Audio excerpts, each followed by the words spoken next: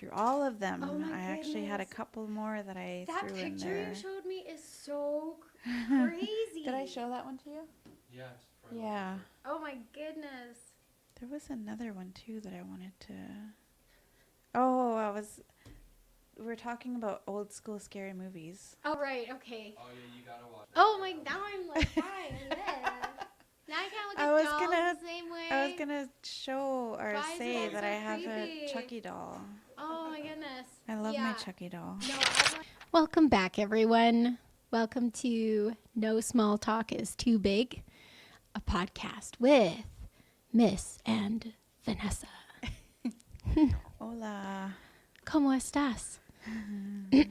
Muy bien. That's good. Very, very good. So, we are getting so good at this podcasting thing. We keep encountering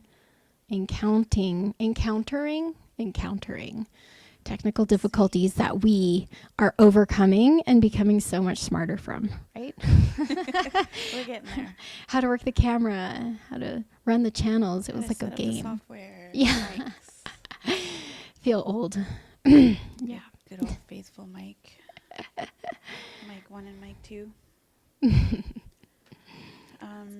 So how have you been? You know, it has been interesting.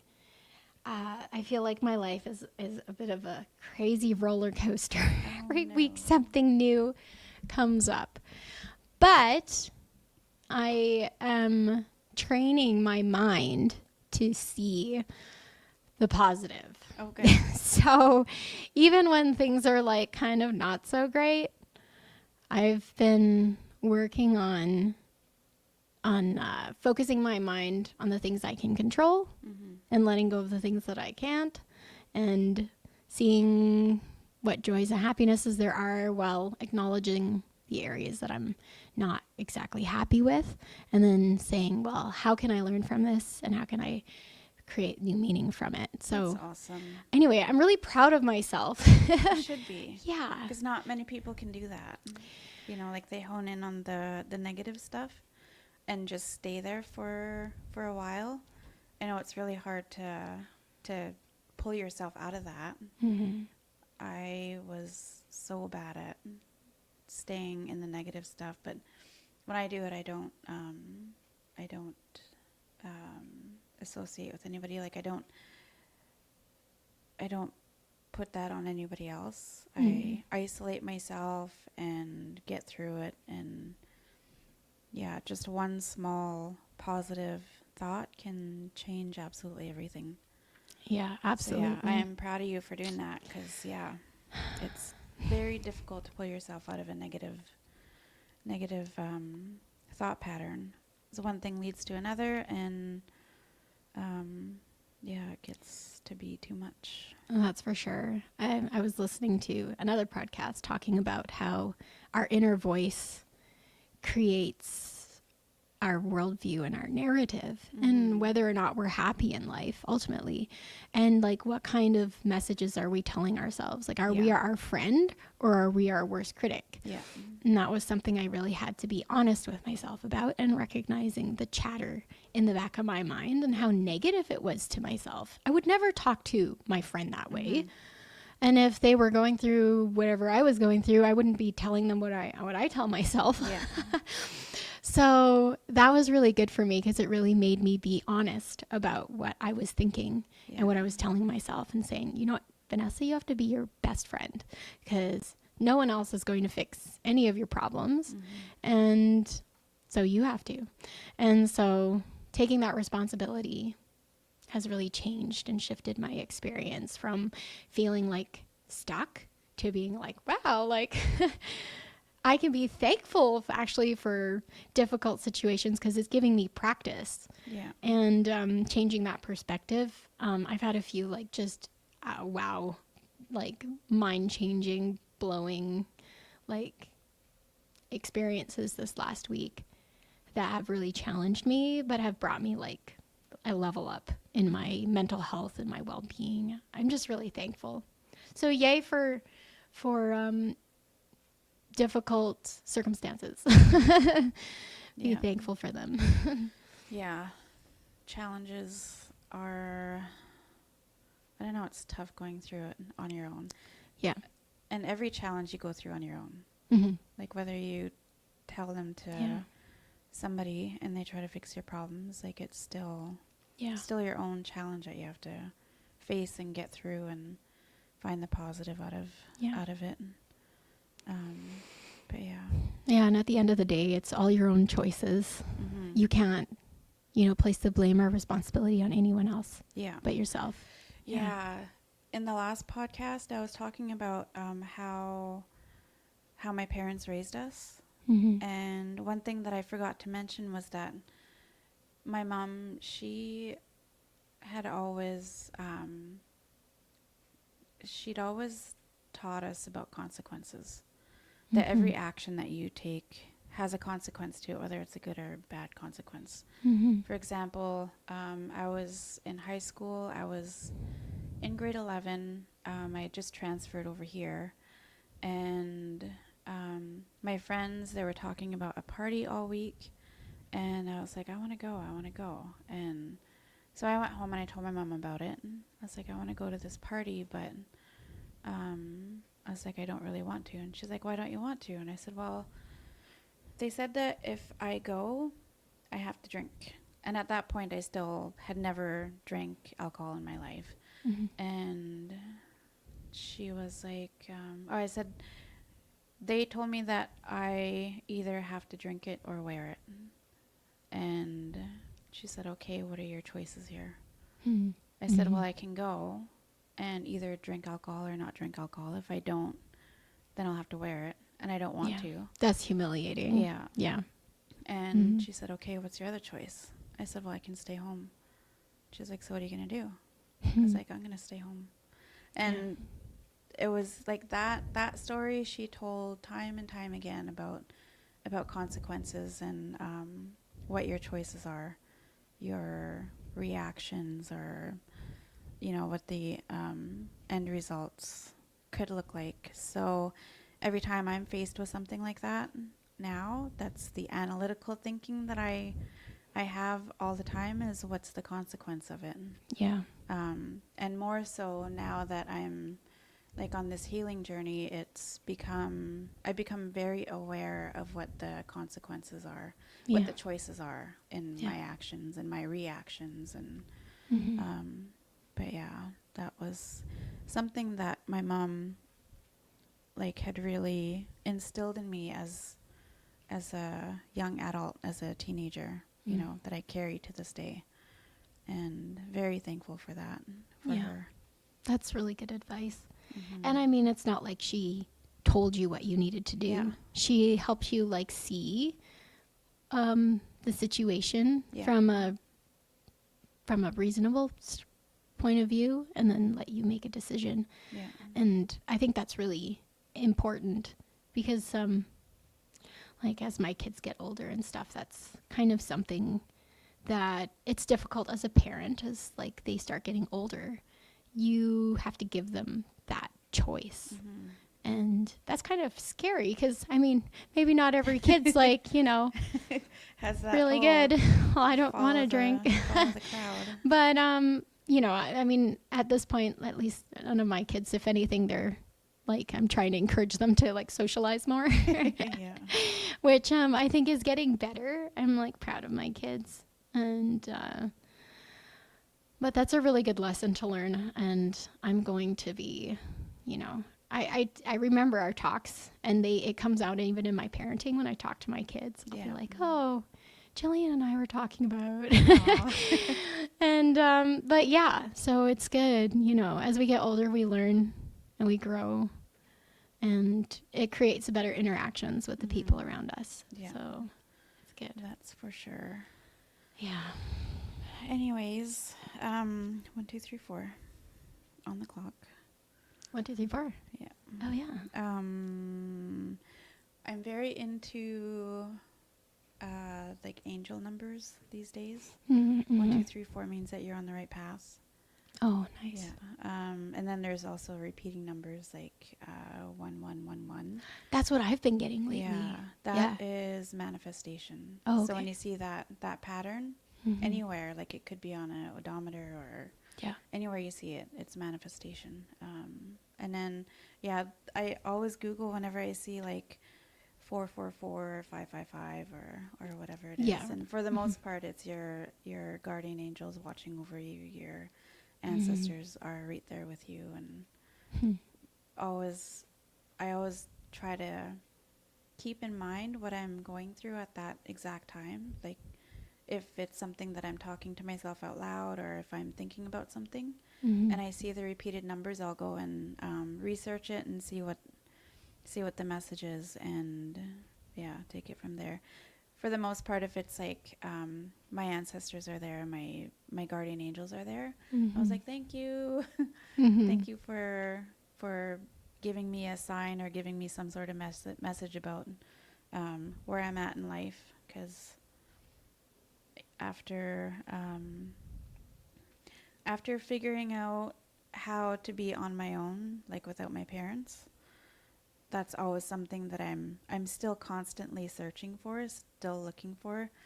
Not necessarily, well, I guess it's like if you look at it from the outside, it's validation, which is something that I lived with my entire life, is outside, like external validation. And I'm sure everybody goes through that, but I don't know, maybe it's just me. But yeah.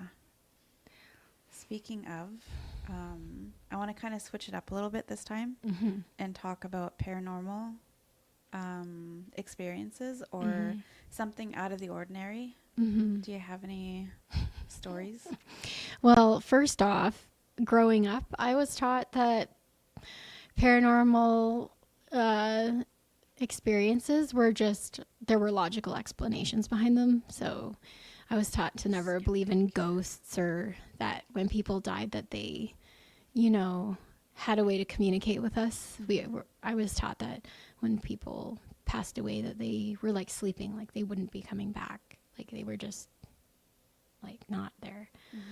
But as I've gotten older, I think like my views changed on it, because I know I've heard from people that they've had experiences, and who am I to say, oh no, that's not true?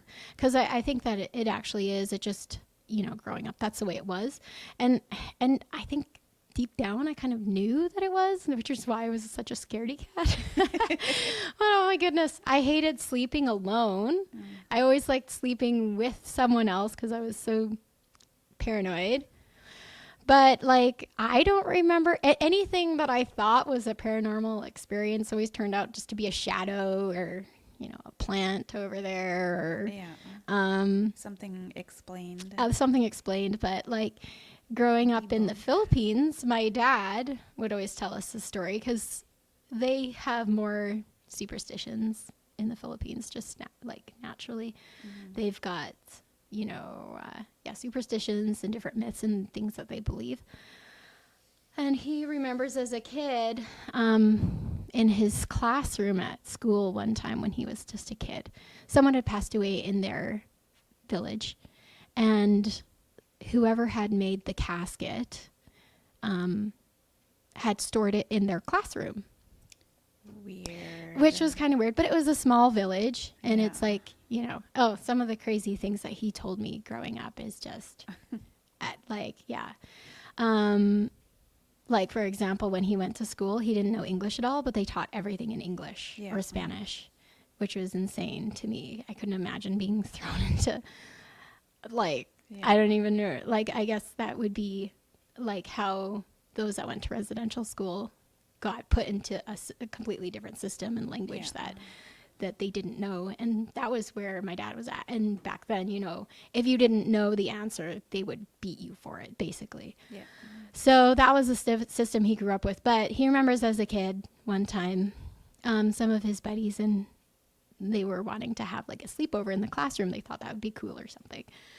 And they didn't know that this casket had been stored in the classroom, and it was dark, and they didn't have electricity. So they're over there and they're sleeping on the desks. I don't know. And they don't know this thing is here, but one of the kids did know it was there. Yeah. So he went and hid inside the casket.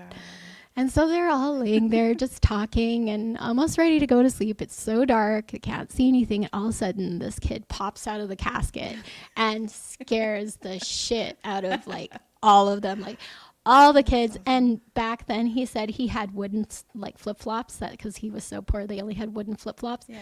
And he went running, and his flip flops, all the kids' flip flops went flying everywhere, and they were tripping over desks and trying to run away because they thought there was a ghost coming out of the casket. And anyway, they didn't end up sleeping there, I don't think, the rest of the night. Dad, you can correct me on that if that's correct. But I just remember it was a funny story he would tell us, but I could imagine it was absolutely terrifying for them because they thought it was a real, like, I'd probably piss my pants. Yeah. Because in their culture, when, you know, they actually, you know, have the people there for several days and big feasts and stuff. And so, you know, so anyway, that was kind of his scary experience. Oh, wow. But yeah. Yeah, I would be crying, and there'd be pee running down my leg for sure at that age. Yeah. I should ask him how old he was. I forgot. He has some really interesting stories from back then, like living there in the Philippines. That's crazy. But what about you? What are some experiences you've had? I've had a lot.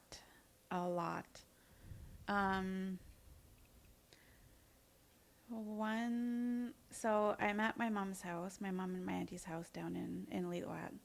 And I wasn't living down there, but I was working down there, so I was there for like the week. And it was Friday, and this was before they had fiber optic, so it was a couple of years ago, well, like 5-6 years ago maybe. Uh-huh. And they still had DSL. My mom and auntie, they went to Vancouver for the night, and I was traveling back home to Kamloops the next day, so I just hung out. And I think I was waiting for my sister to message me to go and visit her, my sister or my brother, one of them. Mm-hmm. And I was sitting on my mom's bed, so in the living room, the TV is like in the corner, and right across from that is my mom's bed, her single mattress, single bed. And I opened up Snapchat because I was going to mess around with it. And I put it on the pig face, Mm-hmm. the pig face filter. And while I was waiting for it to load, because it was taking forever, I put it down next to me on the bed. Uh-huh. And I was like flipping through channels or something like that. And I saw something moving at the corner of my eye on my phone. Mm-hmm. So I looked down, and there's a freaking face. No. Like an actual face floating like up here. Oh my goodness. Like above my head. Yeah. And it had the pig face filter on it. And I have a picture. Actually, I'll show you really? what it looks like. And Oh I'll my also goodness. submit it here. Oh my. I'm like scared now. Yeah, it is. I've got like freaky. my the hair on my arm is standing up. I'm like, So, oops. At this time, I'm like panicking, right? yeah. Because it's like right above my head. Oh my goodness. Yeah, it's right above my head, and then as soon as it recognized that I saw it, Uh-huh. I could see its eyes widen, like it was surprised, Oh and then it my. started slowly floating up. Mm. And if you look closely, it's an actual face. There are their eyebrows. There's you can see the eyes. the eyes? The color of the eyes are Oh like my grayish green, that's crazy. right? The eyebrows are creepy. Right? Goodness.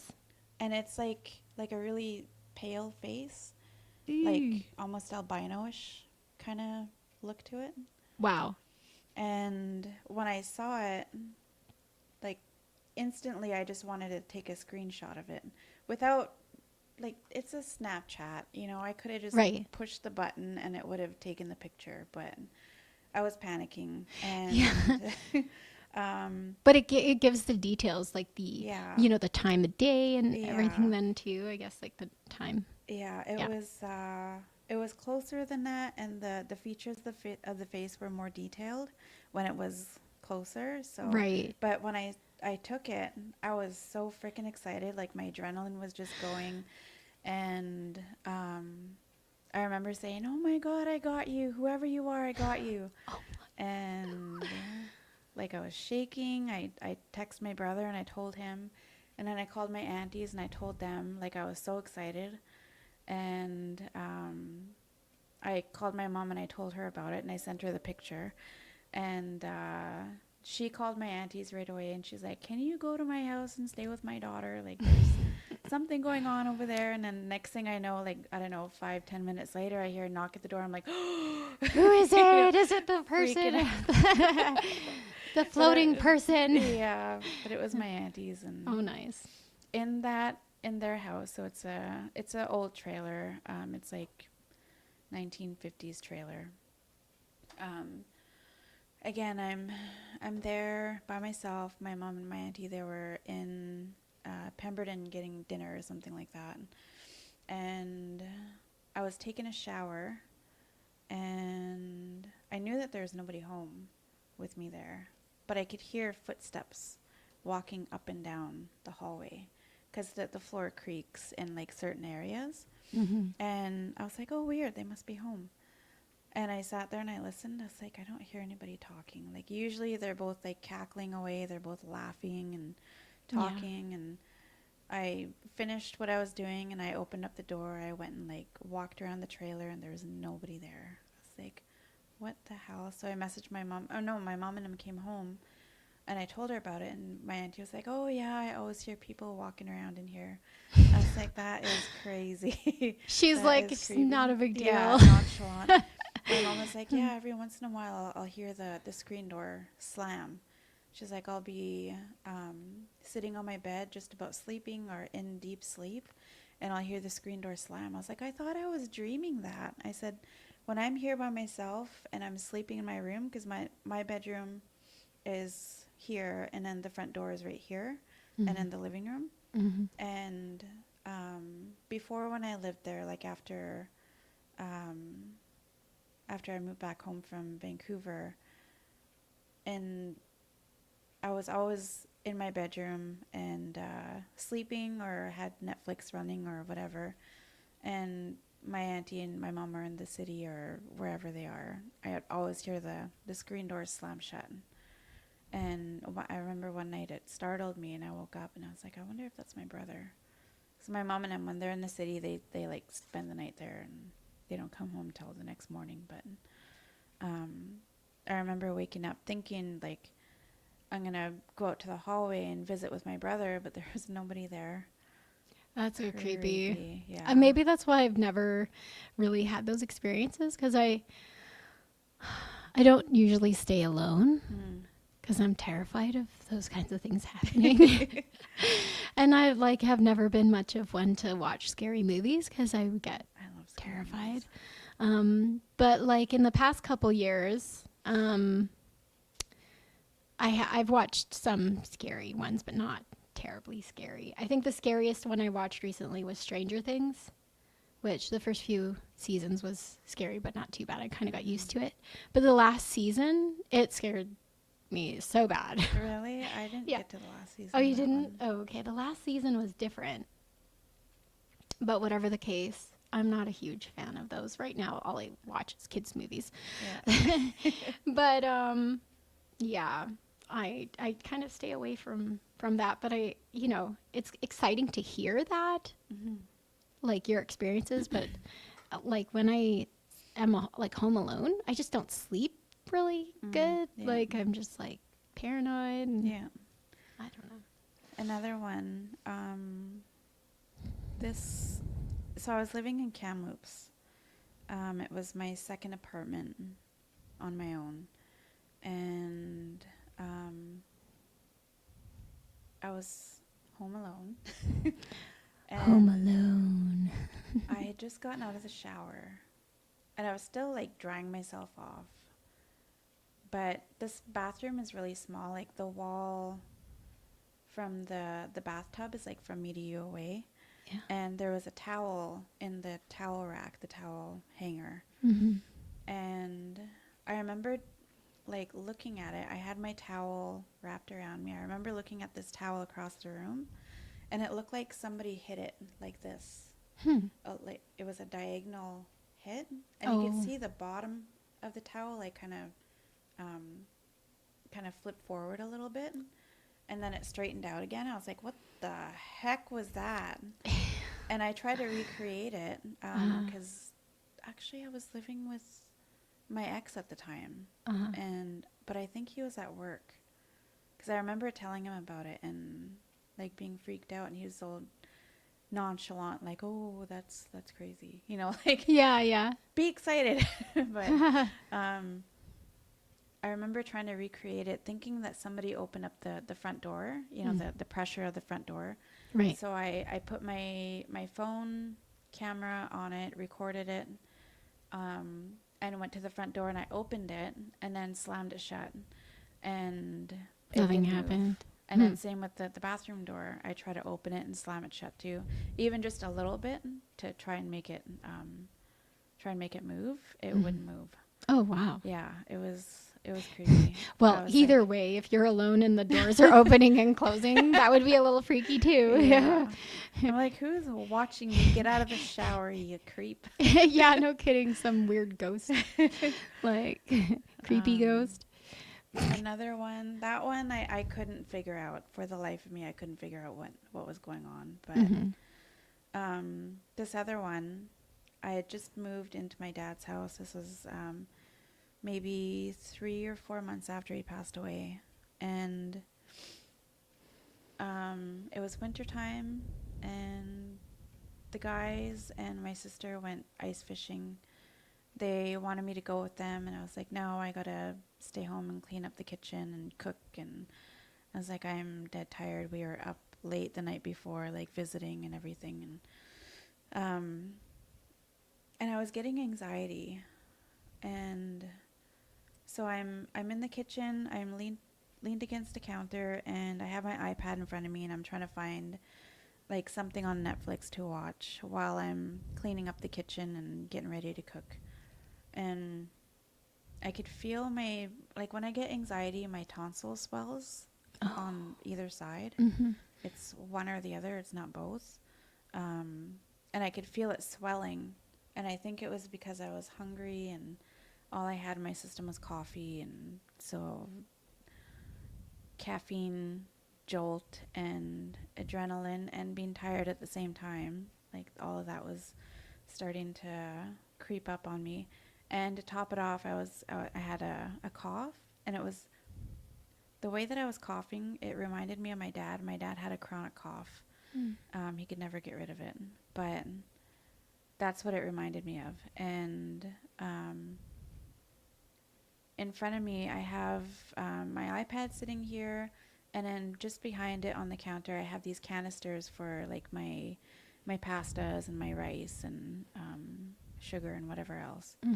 And on top of one of the canisters is a container of dice, I think it's 8 dice. It's a small cylinder canister, and the lid is kind of off to the side a little bit. It's sitting on top of it, off to the side, so it's not fully on it. And I just happened to look up at it, and it looked like somebody flicked the lid. The lid literally went up into the air, did a couple of turns, and then landed on its side right in front of me. Wow. And I didn't feel scared. I didn't feel anything. I was like, that's interesting. And I was like, Dad, is that you? And I was like, okay, if you're trying to distract me from feeling anxious or anxiety or anything like that, I started telling him why I was feeling anxious and why I was feeling anxiety. And then after that, it just felt like calm in the house. So I feel like it was my dad. There was a couple of times where I would go to bed, and there's a... Sorry, Mike. Keeps like falling over. My bedroom is at the top of the stairs. Well, there's like a closet at the top of the stairs, and then to the left there's my bedroom door, and then to the right there's the living room. But at the top of the stairs there's a light switch, and every night before I went to bed I would I would turn a light off downstairs. Mm-hmm. There's one also down there, so if you flick the switch down there, you have to flick it up here. Right. Yeah. So I remember going to bed. This is while my ex was at work, and he works 7 days on, 7 days off. So there's like a whole week that I'm at home by myself Mm-hmm. with my puppy. But I remember waking up one morning and I was like, hey, I thought I turned that light off. That happened like 3 times before I like actually said, okay, I'm turning this light off tonight before I go to bed. And I woke up the next day and it was on. All the doors are locked. Oh my. Yeah. Yeah. And so I talked to a medium about it actually, and she said that because of the amount of like alcoholism that went on in my house, that my house was like a portal, because my dad's consciousness was never like fully intact because of the alcoholism. There was more to what she had said, but she also said that my dad's main goal right now is to protect me. Mm-hmm. And after she said that, there really hasn't been anything going on in that house anymore. I remember also this one time we were working on the bedroom. I had painted it. I had ripped the carpets out and added new flooring. So we're adding finishing to the wall, like baseboards to the wall. And it was really late, and my ex was there with me, and I was on, so the door is on this side, and it's a fairly large bedroom. Mm-hmm. On the other side, I'm on the ground and like setting up the baseboards, and trying to get them pinned to the wall. And then my ex is on this side by the window, and he had his drink sitting on the windowsill. There's no curtains or anything like that in the bedroom at the time. But we had put all of our supplies up there. We had like the spacers for the flooring. We had the brad nails, and you name it, everything was up there.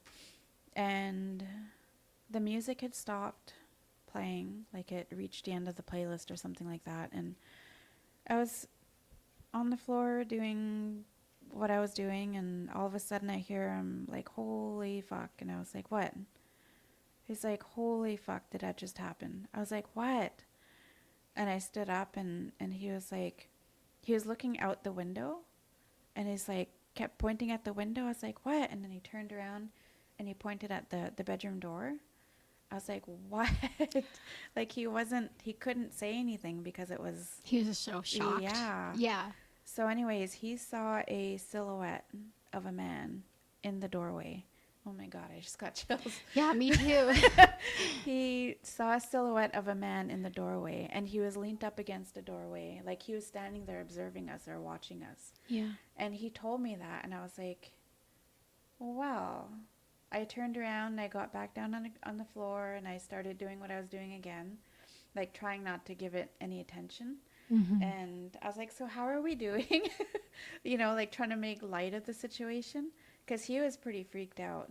Yeah. And I was like, is it still there? Like I was on the floor, like looking at the baseboard that I was nailing to the wall, and he was like, no, it's gone.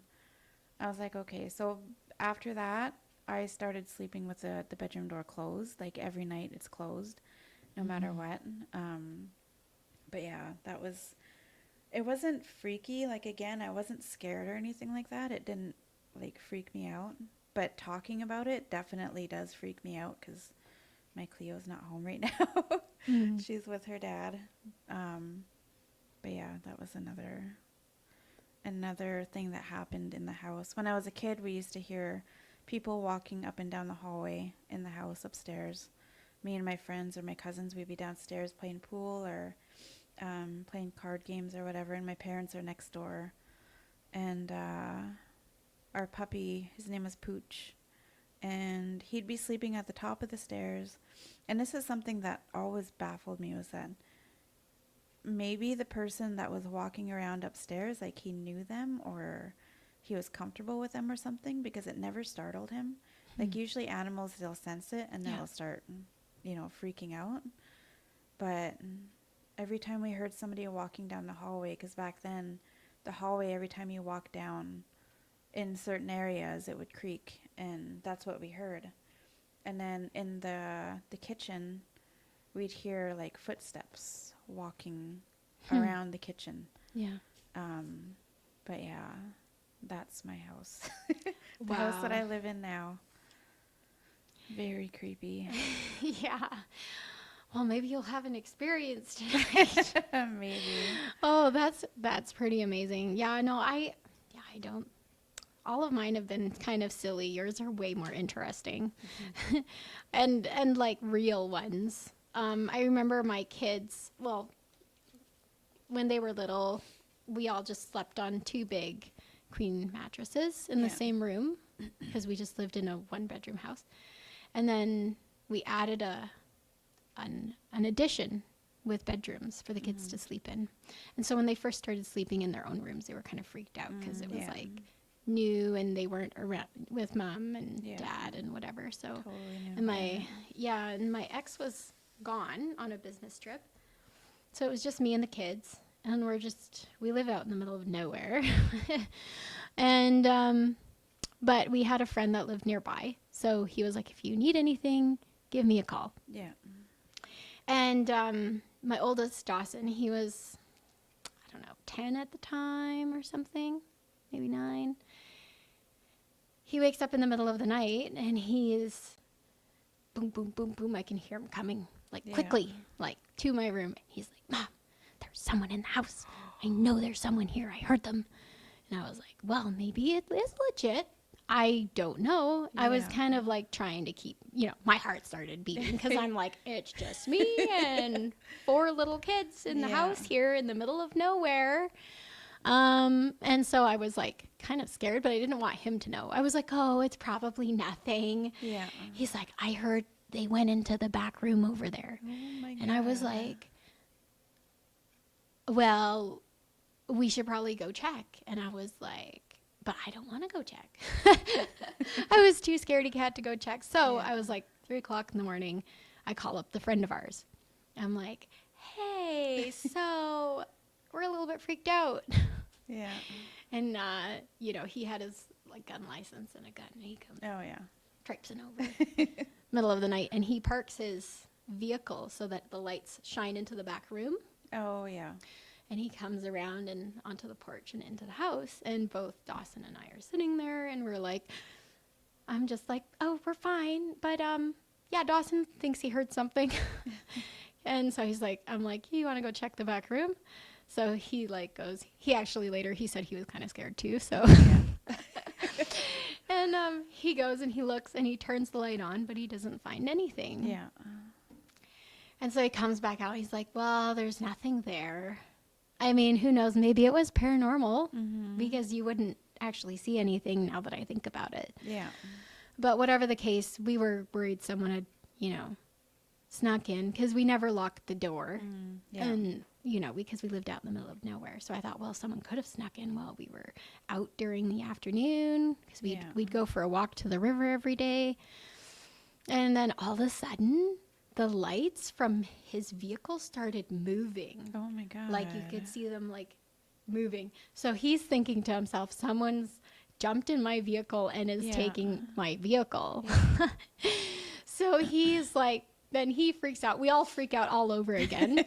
And he goes running out to his car. And it turns out that because he was so tired, he forgot to put it in park. Oh, no. So it was in drive and it was slowly moving towards the house. Yeah. And that freaked us all out. And none of us slept the rest of the night. I bet. But, now I wonder how many experiences I had, but I just wasn't paying attention. Yeah. And the significance of them. Yeah. I know growing up thinking, that when loved ones or people pass, that they just weren't ever there. There was kind of this idea, well, maybe what if they are? And like, what kind of comfort does that bring to me, knowing that they're still there? Yeah, I know that your spirit, like your soul is, like you are, the way that you react to anything paranormal. I guess this is just my experience, but after being in my dad's house as an adult and all of these things happening after my parents pass away is like comforting, I guess, to me. Yeah. I feel like it's them, and I feel like I would know if it's not them. Yeah. You know what I mean? Like you would feel unsettled? Yeah, it's kind of like how a dog knows when somebody is not right. Not like not familiar. Yeah, Yeah. like they'll bark at them. They'll, you know. Right. But yeah, I don't know. It's just one of those things that is etched into your being or something that is unexplainable. Yeah. I played with an Ouija board once. Really? As a kid. I thought you said Luigi first. Luigi. Ouija board. Oh. Where was Mario? Yeah, where was Mario? A Ouija board. So is that board. something you like play with somebody else, or is it something you play alone? Either way. Oh, okay. Yeah. But the important thing is I'm not advocating for using Ouija boards whatsoever. Do not. Just do not. Mm-hmm. I forgot I was not going to talk about this, but I already brought it up. Well, now I'm curious about these Luigi boards. No, I mean Luigi boards. Ouija boards. Yeah. I was in high school in Ashcroft. I think I was in like grade 8 or grade 9 or something like that. And it was my cousin, Bern. Rest her soul, her beautiful soul. But we were at her place in Bonaparte, and there's 4 of us, me, Bern, and Angel, and my brother Kev. Mm-hmm. And we created one out of this cardboard. Like we just cut up a piece of cardboard. Oh, cool. And I think it was like a flat or something like that. Mm-hmm. And just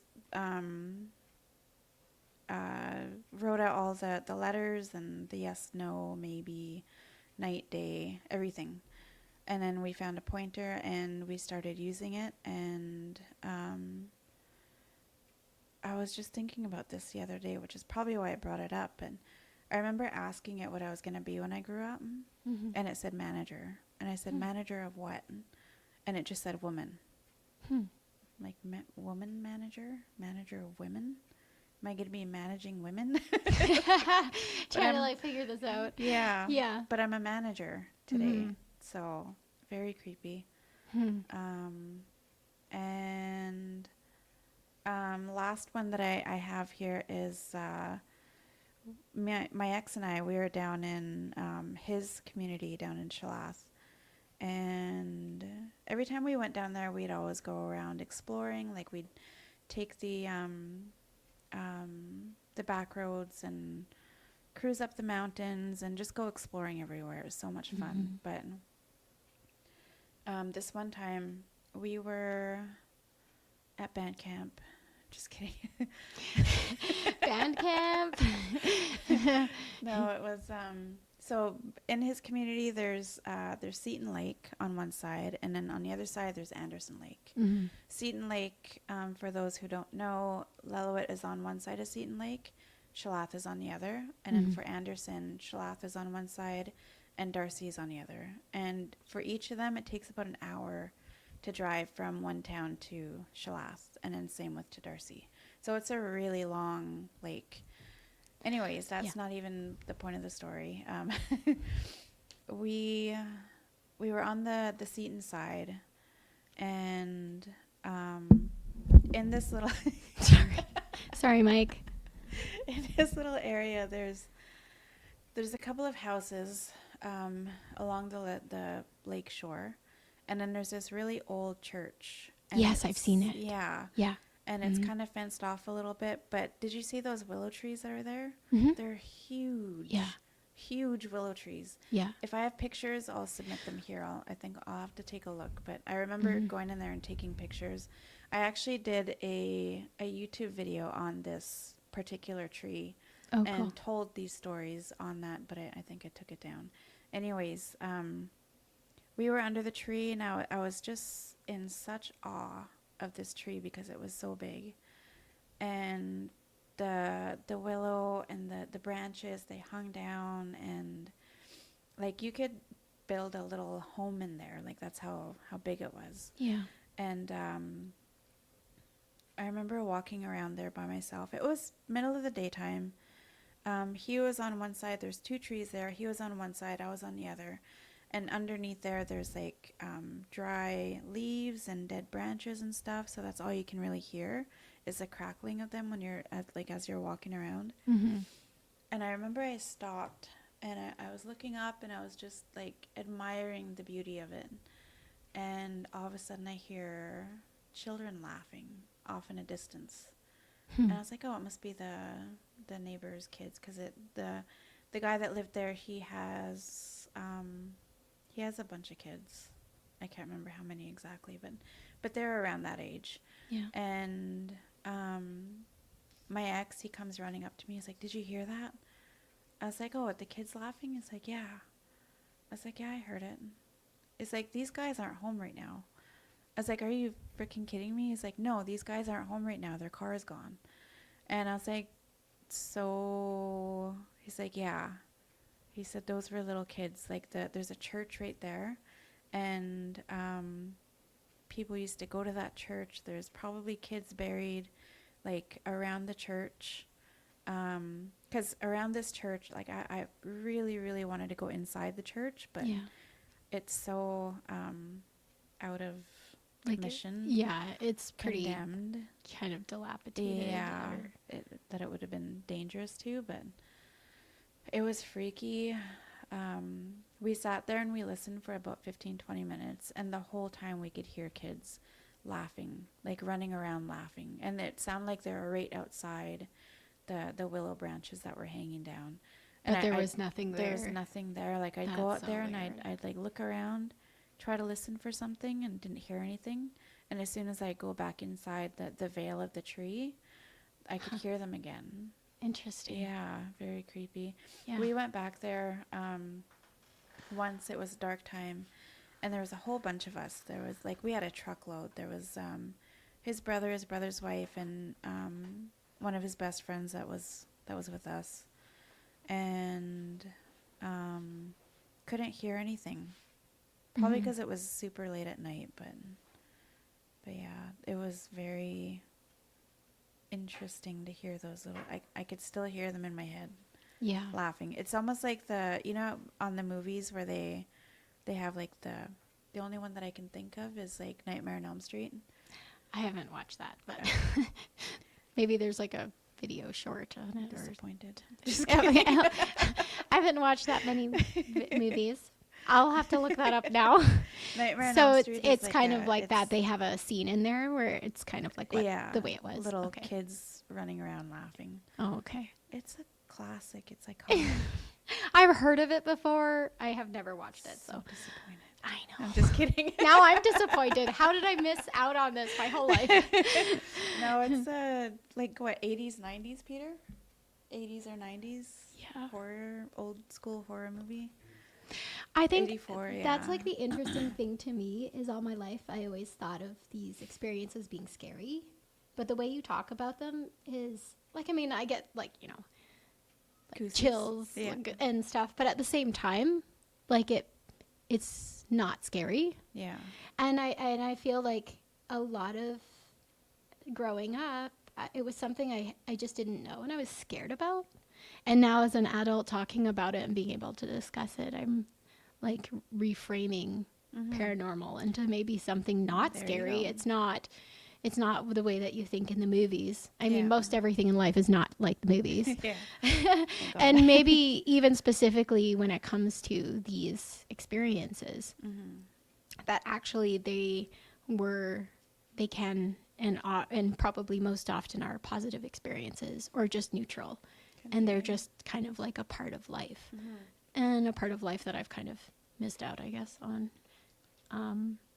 But I watch a lot of paranormal. Well, not lately. I was just talking to one of my gaming buddies about this morning. I used to watch Ghost Adventures a lot, but that was when I knew that somebody was going to be coming home. You know, like I shared a space with somebody, oh, so I okay. wasn't scared. Yeah, Now I yeah.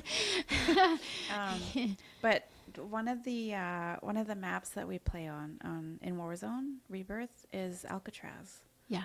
And we were talking about that. He sent me a video about and I saw this one before about Rebirth and people actually going there, and I'm like, oh my god, this is an actual place. Yeah. Like I saw it, but I didn't put two and two together that it's Alcatraz. Yeah. That they're that the game is on, but like it's the act, like they laid it out exactly like Alcatraz. Eh? Yeah. One of the paranormal TV shows, Ghost Hunters, I believe, did an episode on Alcatraz, and they taunted and got a lot of really good experiences in there, like voices and anomalies and all this kind of stuff. I don't know, it's so interesting. One of the episodes on Ghost Adventures that really, really made me think differently about paranormal is the one episode. It's in Vegas, and this guy, husband and wife, they lost their daughter, and they brought what's called a spirit box into the episode. And what it is, it's like 50 to 100 channels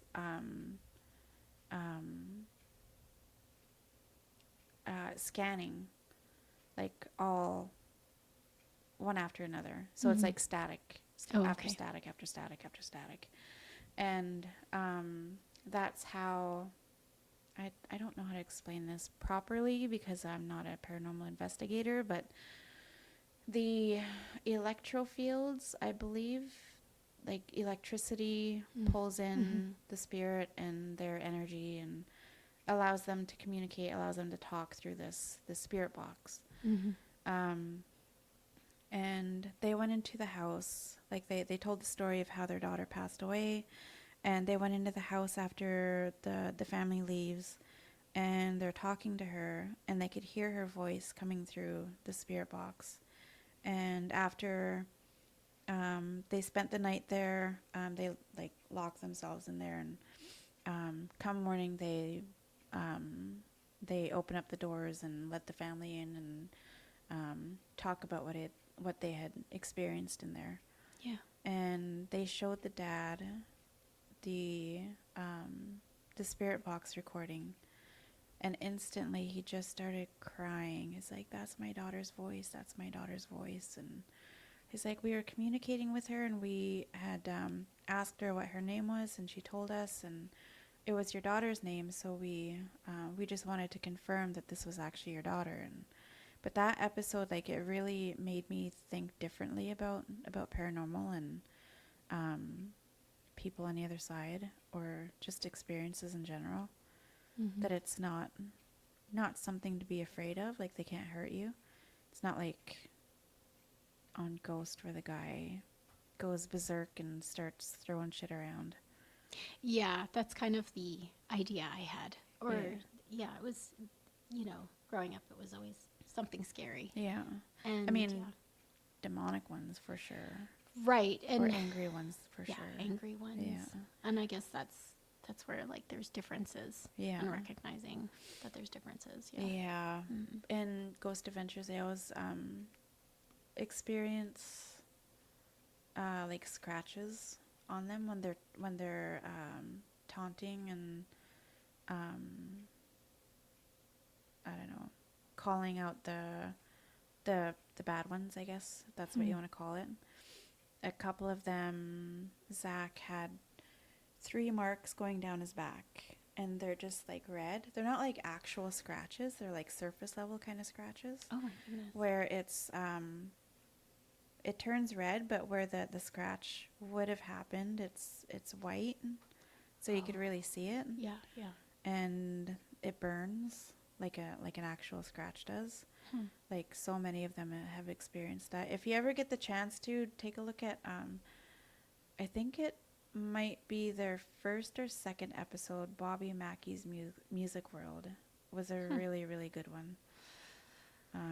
I will think about that. I think they're on like season frickin' 25 or something like that. Yeah. They've been around forever. Oh, okay. Yeah, they're really good at what they do. It's all like kind of new to me. And when you brought up the subject about talking about it, I thought, oh, I don't really have much to talk about. But I was like curious about all your experiences. And I was not disappointed at all. Like I was. Well, that's good. Yeah. That was Hopefully that was the listeners amazing. aren't. Yeah, that was really good. Anywho. Well, I think we're pretty well done for this episode. Very And- interesting Yes. conversations. Yeah, and I'm sure everyone has had their own experiences, and Yeah, if you have any experiences, comment them down below. yeah, Very interesting to hear different stories about paranormal or what did I call it? Anything. It's not out of the ordinary, but like unexplained experiences. yeah, Yeah. mm-hmm. Yeah. Fog brain. Fog brain. Anyways, thanks for listening, and we'll catch you on the next one. Until that next time. Until the next time. Until the next time, no small talk is too big. Bye. Bye.